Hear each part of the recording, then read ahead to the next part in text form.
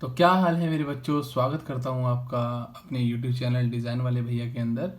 तो last class के अंदर हमने देखा था यूनिट कमांड हम कैसे सेट करते हैं कि जब मुझे एक ड्राइंग बनानी है तो किस तरीके से मैं यूनिट को सेट करता हूँ। तो आज चैप्टर नंबर 3 को चालू करते हैं और कुछ और कमांड्स आपको सिखाता हूँ और शुरू करते हैं आज की क्लास। तो स्टार्ट करते हैं। तो सबसे पहली और सबसे बेसिक कमांड जो है वो है लाइन कमांड। तो हम शुरू करते हैं लाइन कमांड से।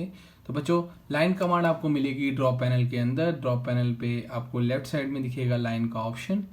तो चाहें तो आप यहाँ से इसको एक्टिवेट कर सकते हैं। जैसे ही एक्टिवेट होगी तो देखो नीचे आपको दिखाएगा कमांड बार के अंदर कि आपकी लाइन कमांड एक्टिवेट हो चुकी है। या अगर मैं बात करूँ शॉर्ट कीज से, क्योंकि मैंने स्टार्टिंग में ही बताया था कि हम जितनी भी कमांड्स करेंगे उनमें हम आपको शॉर्ट कीज ज़्यादा प्रेफर करेंगे। तो शॉर्ट की प्रेफर करने से बेनिफिट मुझे ये मिल जाता है कि एक तो मेरी ड्राइंग फास्ट होगी, और अगर मेरी ड्राइंग फास्ट होगी तो मेरी स्पीड आएगी, क्योंकि कंपनी भी इंडस्ट्री भी ऐसा कैंडिडेट चाहती है जो ड्राइंग बनाए और ड्राइंग बनाने में उसकी स्पीड हो, तभी वो उसको प्रेफर करेगी। क्योंकि ड्राइंग सब बना लेते हैं, ड्राइंग सबको बनाना आता है, पर तेज़ ड्राइंग बनाने वाला जो कैंडिडेट होगा उसको कंपनी पहले सिलेक्शन देगी। तो हम पूरे ही सेशन में तैयारी करेंगे कि हम बच्चों को हम इस तरीके से तैयार करेंगे कि वो ड्राइंग को फास्ट बनाए और इफेक्टिव बनाए, क्योंकि क्वालिटी भी बने और फास्ट भी बने। तो लाइन की शॉर्ट की होती है, तो बच्चों ध्यान से देखना, लाइन की शॉर्ट की होती है एल। तो अपने कीबोर्ड से आप लोग एल प्रेस करेंगे और कमांड को एक्टिवेट करने के लिए हम लोग एंटर या स्पेस बार प्रेस करेंगे। अब जैसे ही मैंने कमांड को एक्टिवेट कर दिया है तो देखो कमांड बार पे मुझे दिखा रहा है यहाँ पर लाइन की कमांड। अब मुझे कुछ वो बोल रहा है, वो स्पेसिफाई कर रहा है, एक मैसेज देगा। क्या कह रहा है? वो कह रहा है स्पेसिफाई द फर्स्ट पॉइंट। अब जैसे मुझे पता है कि मेरे को लाइन बनानी है, अगर लाइन क्रिएट करनी है तो मुझे यहाँ पर पॉइंट्स देने पड़ेंगे। तो मैंने क्या करा, फर्स्ट पॉइंट क्लिक करा, then as it is next point click करा, then as it is next point click करा, then next point, then next point, then next point. अब जैसे जैसे जहाँ जहाँ मैं क्लिक करता जाऊँगा वहाँ वहाँ मेरी लाइन को ये बनाता जाएगा। अब जब तक मैं अपनी कमांड को डीएक्टिवेट नहीं करूँगा तब तक ये कमांड एक्टिवेट रहेंगी। तो डीएक्टिवेट करने के लिए मैंने बताया था लास्ट कमांड क्या होगी कि डीएक्टिवेट अगर करना है किसी कमांड को तो मुझे क्या करना है, अपने कीबोर्ड से एस्केप को प्रेस करना है। जैसे ही मैंने एस्केप को प्रेस किया मेरी कमांड उसने डीएक्टिवेट कर दी। अब जैसे ही मैंने एस्केप बटन प्रेस किया उसने क्या करा, मेरी कमांड को डीएक्टिवेट कर दिया। अब मैंने ये ड्राइंग्स बनाई, अभी मुझे और ड्राइंग्स क्रिएट करनी है तो मुझे अपने स्क्रीन साइज को जूम इन या जूम आउट करके सेट करना पड़ेगा। तो बच्चों, जूम इन जूम आउट करने के लिए आपको क्या करना है, अपने स्क्रॉल बटन को क्लॉकवाइज और एंटी क्लॉकवाइज रोटेट करना है। और सिंपल भाषा में अगर मैं बताऊं तो सिंपली क्या करो, अपने स्क्रॉल बटन को अगर आप अपनी तरफ घुमाओगे तो आपकी स्क्रीन जूम आउट होगी, या अगर आप स्क्रीन की तरफ जाएंगे, स्क्रॉल बटन को स्क्रीन की तरफ लेके जाएंगे तो जूम इन होगा। तो एंटी क्लॉक या क्लॉक में नहीं फंसाऊंगा आपको सीधा बताते हैं कि आप अपने क्या एक काम करो, अपने स्क्रॉल बटन को लो, अपनी तरफ अगर आप घुमाओगे तो आप जूम आउट हो जाओगे, अगर स्क्रीन की तरफ घुमाओगे तो जूम इन हो जाओगे। तो ये है जूम इन जूम आउट करने का तरीका। नेक्स्ट आता है पैनिंग।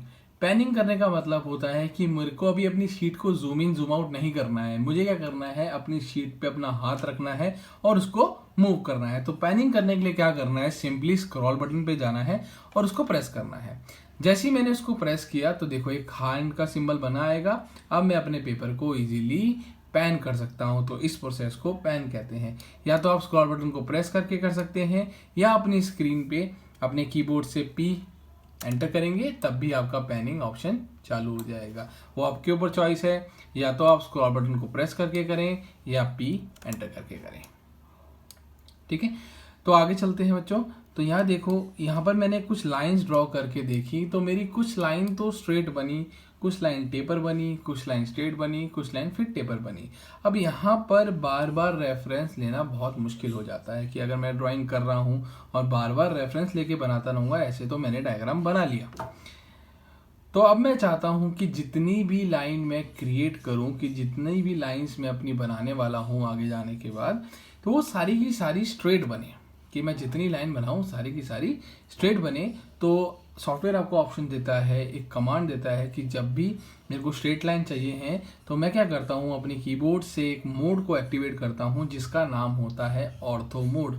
ऑर्थो मोड जैसे ही मैं एक्टिवेट करूँगा तो मेरी जितनी भी लाइन्स अब बनेंगी अब स्ट्रेट लाइन बनेगी। तो स्ट्रेट लाइन क्रिएट करने के लिए हम लोग क्या करते हैं, अपनी फंक्शन की को एक्टिवेट करते हैं और यहाँ से प्रेस करते हैं F8।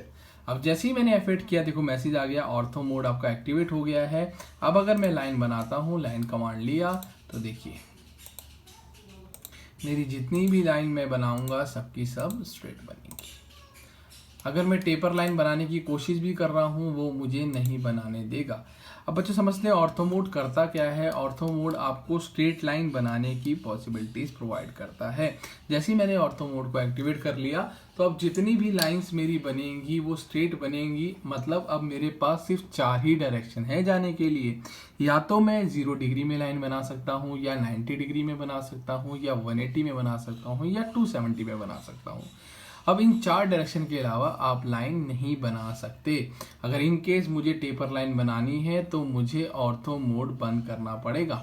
अब ऑर्थो मोड को बंद करने के लिए मुझे सिंपली क्या करना है, जैसे ही मैं F8 को वापस प्रेस करता हूं तो मेरा ऑर्थो मोड बंद हो जाता है। मैं लाइन कमांड को चालू करूंगा तो अब मेरी लाइन स्ट्रेट नहीं बनेगी। अब मैं जैसे ही F8 को चालू करूंगा मेरी लाइन स्ट्रेट बननी स्टार्ट हो जाएगी। तो ऑर्थो मोड, अगर मेरे को स्ट्रेट लाइन चाहिए तो मैं ऑर्थो मोड को एक्टिवेट करता हूँ, नहीं चाहिए तो ऑर्थो मोड को बंद कर देता हूँ। अब मैंने डायग्राम क्रिएट कर लिए हैं, मुझे इनको डिलीट भी करना पड़ेगा क्योंकि बनाते समय अब इतने परफेक्ट तो है नहीं, हम स्टार्टिंग में बना रहे हैं कि पहली बारी में मैं डायग्राम सही बना दूं। तो जो भी डायग्राम मैंने क्रिएट किया है बाई चांस मुझे इसको डिलीट करना है तो उसके लिए हम क्या करते हैं, अपने कर्सर को अपनी लाइंस के ऊपर लेके जाएंगे, एक बार लेफ्ट क्लिक प्रेस करेंगे और अपने कीबोर्ड से डिलीट बटन को प्रेस कर देंगे। जैसे ही मैं डिलीट बटन को प्रेस करूंगा वो क्या करेगा, मेरी लाइंस को रिमूव कर देगा। या तो आप डिलीट बटन को प्रेस कर सकते हैं या सिंपली सिलेक्ट कर कर यहाँ से इरेजर पे जाएंगे और इरेजर को क्लिक करेंगे और ये क्या करेगा, इसको डिलीट कर देगा। तो सिलेक्ट करके हम सिंपली यहाँ से भी इरेज कर सकते हैं या फिर अपने डिलीट बटन को प्रेस करेंगे तो ये भी इसको डिलीट कर देगा। अब पूरे के पूरे डायग्राम को डिलीट करना है तो मैं अगर एक एक करके सिलेक्शन करूंगा तो वो मेरे लिए पॉसिबल नहीं है कि मैं बार बार एक को सिलेक्ट करूं और डिलीट करता जाऊं। तो रेदर देन जब हमें मल्टीपल ऑब्जेक्ट्स को डिलीट करना होता है तो हम क्या करते हैं, सिंपली विंडोज़ बनाते हैं। तो आपको 2 तरह की विंडो मिलेगी। सबसे पहले मिलेगी आपको, अगर मैं स्क्रीन पे जाता हूँ, लेफ्ट साइड पे क्लिक करता हूँ और राइट की तरफ ड्रैग करता हूँ तो एक ब्लू कलर की विंडो बनेगी। एक अगर मैं राइट में क्लिक करूंगा और लेफ्ट की तरफ जाऊंगा तो ग्रीन कलर की विंडो बनती है। दिस इज आपको लेफ्ट टू राइट ब्लू और राइट टू लेफ्ट ग्रीन। अब पहले हम सीखते हैं विंडो बनाते कैसे। कई बच्चों को डाउट होता है, सर हम विंडो बना रहे हैं, हमसे विंडो नहीं बन रही है। क्योंकि वो क्या करते हैं, लेफ्ट बटन को प्रेस रखते हैं, उसको छोड़ते नहीं हैं, तो कुछ इस टाइप की विंडो बननी शुरू हो जाती है। ये मेथड गलत है, इस टाइप से आपको विंडो नहीं बनानी है। रेदर देन हमें क्या करना है, अगर हमें विंडो बनाना है तो अपना कर्सर लेके जाएंगे, एक बार क्लिक करेंगे, अपने माउस को छोड़ देंगे। अब इसको प्रेस नहीं करेंगे, सिंपली माउस को ड्रॉप करके ड्रैग करेंगे। अब मैंने इसको ड्रैग किया, ड्रैग करने के बाद जैसे ही मेरे विंडो के अंदर मेरा ऑब्जेक्ट आता है और जैसे ही क्लिक करेंगे मेरा ऑब्जेक्ट सिलेक्ट हो जाएगा। तो अब इसको दबा के नहीं रखना है, आगे से इसको आपको दबाना नहीं है। क्लिक करके जैसे आपका ऑब्जेक्ट विंडो के अंदर आ जाए देन लेफ्ट क्लिक प्रेस करेंगे, आपका ऑब्जेक्ट सिलेक्ट हो जाएगा। अब दिमाग में ये बात आती है कि यार सिलेक्शन तो करना ही है, तो ये 2 विंडो क्यों है, एक ऐसे बना के दे दिया और एक ऐसे बना के दे दिया। दोनों का काम सिलेक्शन करना ही है, पर ये काम करने का तरीका थोड़ा सा अलग है। ब्लू विंडो क्या कहता है कि ब्लू विंडो ये कहता है कि वो जब तक उस ऑब्जेक्ट को सिलेक्ट नहीं करेगा जब तक वो कंप्लीट उसकी विंडो के अंदर नहीं आ जाता। अगर इस लाइन का हल्का सा भी पोर्शन मैंने पूरा लिया और हल्का सा पोर्शन मैंने आउट रखा तो उन्होंने सबको सिलेक्ट करा, बस इस लाइन को सिलेक्ट नहीं किया। कि वो कहता है कि वो ऑब्जेक्ट कंप्लीट उसकी विंडो के अंदर आएगा तभी सिलेक्शन होगा, नहीं तो सिलेक्शन नहीं होगा। पर ग्रीन विंडो कहती है बहरहाल ऐसा नहीं है, कि अगर हल्का सा भी पोर्शन किसी भी ऑब्जेक्ट का उसको टच करता है तो वो उसको सिलेक्ट कर लेगा। अगर हल्का सा भी पोर्शन इसको अगर मैं सिलेक्ट करता हूं तो मेरे पूरे ऑब्जेक्ट को सिलेक्ट कर लेता है। तो इस तरीके से आपको जो भी बेस्ट ऑप्शन लगे, चाहे आपको ब्लू विंडो चाहिए तो आप ब्लू विंडो से सिलेक्ट कर सकते हैं, आपको ग्रीन विंडो चाहिए तो आप ग्रीन विंडो से सिलेक्ट कर सकते हैं। अब हम नेक्स्ट करते हैं अगली कमांड का नाम है अंडू। अंडू का काम पर्पस बेसिकली क्या होता है, जैसे कि अगर मैंने इस लाइन को सिलेक्ट किया, इनको भी सिलेक्ट करा और इनको मैंने यहाँ से इरेज कर दिया। अब मैं चाहता हूँ कि जो भी कमांड मैंने दिया है मेरे को वो वापस सिस्टम वापस अंडू कर दे। तो उसके लिए सिंपली आपको Ctrl+Z दबाना है। जैसे ही आप Ctrl+Z दबाएंगे तो देखिए जो भी मैंने कमांड दिया था उसने उसको वापस से अंडू करके दे दिया। तो आगे चलते हैं, अब लाइन कमांड पे ही जाएंगे और हम डायमेंशन से कोई चीज को क्रिएट करके देखेंगे। अभी हमने रेंडमली बनाया कि पॉइंट्स लेते गए, क्लिक करके हमने बनाया। तो अब हम बनाएंगे डायमेंशन वाइज। तो मैंने यहाँ पर गया, एल एंटर किया, मैंने अपनी लाइन कमांड को एक्टिवेट किया। सबसे पहले मैंने अपना स्टार्टिंग पॉइंट बताया, तो मैंने अपना स्टार्टिंग पॉइंट प्रोवाइड किया। स्टार्टिंग पॉइंट प्रोवाइड करने के बाद सबसे पहले मैंने चेक किया कि मेरा ऑर्थो मोड ऑन है कि नहीं। मेरा ऑर्थो मोड भी ऑन है। तो अब मुझे क्या करना है, सिंपली डायरेक्शन देनी है कि मेरे को किस डायरेक्शन में ऑब्जेक्ट से लाइन बनानी है। क्योंकि ऑर्थो मोड चालू है तो सिर्फ मैं 4 डायरेक्शन के अंदर जा सकता हूँ, या तो मैं 0 डिग्री में जाऊँगा, या तो 90 में जाऊँगा, या 180 में जाऊँगा, या 270 में जाऊँगा। तो सबसे पहले मुझे डायरेक्शन देनी है। मैंने यहाँ से डायरेक्शन दी। अब आपको क्या करना है बच्चों, अपने लैपटॉप या अपने डेस्कटॉप से कीबोर्ड से आपको डिस्टेंस प्रोवाइड करना है। जैसे मैं 500 दे रहा हूँ, 500 देने के बाद मैंने एंटर दबाया तो उसने क्या करा, एक लाइन बना के आपको दे दी। देन उस पॉइंट से लेकर 500 की लाइन बनाई। देन आपसे पूछता है कि अब डायरेक्शन दीजिए कि मुझे ऊपर जाना है, नीचे जाना है, आगे जाना है। तो फिर मैंने डायरेक्शन प्रोवाइड किया, फिर मैंने डिस्टेंस दिया, एंटर किया। देन दोबारा से डिस्टेंस दिया, डायरेक्शन दिया, एंटर किया। As it is direction, distance and enter. अब जैसे ही मेरा बन गया मैंने यहाँ से एस्केप कर दिया। तो देखिए मैंने रेक्टेंगल क्रिएट कर लिया। तो क्या करना है बच्चों, सबसे पहले आपको लाइन पे जाना है, क्लिक करना है, डायरेक्शन देना है, देन डिस्टेंस देना है, एंटर। फिर देन डायरेक्शन देना है, डिस्टेंस देना है, एंटर। डायरेक्शन देना है, डिस्टेंस देना है, enter. As direction, distance, enter.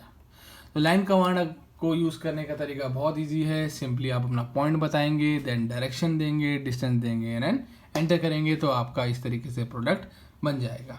अब बहरहाल मैंने एक चीज़ बना ली है, मुझे अपना वेरीफाई करना है कि जो भी लाइन मैंने क्रिएट करी है उसका डिस्टेंस 500 आ भी रहा है कि नहीं। तो उसके लिए बच्चों एक कमांड होती है, कमांड का नाम होता है डिस्टेंस कमांड, और डिस्टेंस कमांड की शॉर्ट की होती है DI।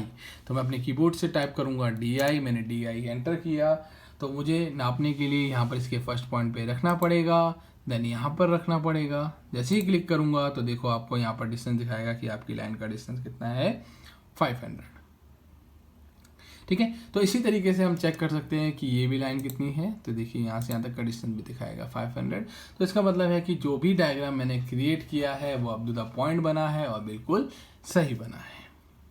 अब जब मैं लाइंस बना रहा हूँ तो मैं नोटिस कर रहा हूँ कि यहाँ पर कुछ चीज़ें मुझे दिखा रहा है, जैसे बॉक्स दिखा रहा है, यहाँ पर ट्रायंगल दिखा रहा है, या मिड पॉइंट दिखा रहा है। तो ये है क्या चीज़, ये होता है स्नैपिंग टूल।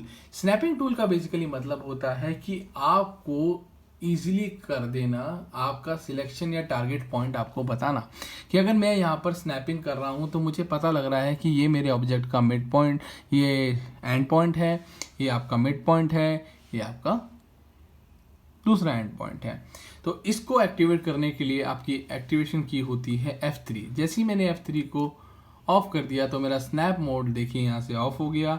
अब अगर मैं कमांड लूँगा तो मुझे नहीं दिखाएगा एंड पॉइंट, नहीं दिखाएगा मिड पॉइंट। अगर मैं यहाँ पर क्लिक करके एक लाइन ड्रॉ करता हूँ तो देखिए जैसे मैं जूम करूँगा वो मेरे एंड टू एंड कनेक्टेड नहीं होगी। अगर मैं चाहता हूँ कि मुझे अपनी सारी चीज़ें अप टू डेट चाहिए, कि सारे एंड पॉइंट आपस में कनेक्टेड हों, अगर मेरे को मिड पॉइंट निकालना है तो डायरेक्ट मिड पॉइंट पे लगा लूँ, तो उसके लिए हम लोग यूज़ करते हैं स्नैप मोड। तो स्नैप मोड यूज़ करने के लिए क्या करना है, सिंपली आपको अपने कीबोर्ड से F3 प्रेस करना है। जैसे ही आप F3 प्रेस करेंगे आपका स्नैपिंग मोड ऑन हो जाएगा।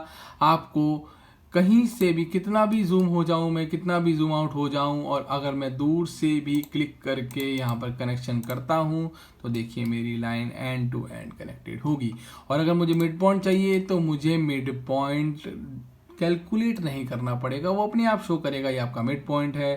तो डायरेक्टली मैंने अपने ऑब्जेक्ट के मिड पॉइंट से दूसरे ऑब्जेक्ट के मिड पॉइंट को कनेक्ट कर लिया। तो होप करता हूँ आपको इस लाइन के रिगार्डिंग सारी इन्फॉर्मेशन मिल गई होगी।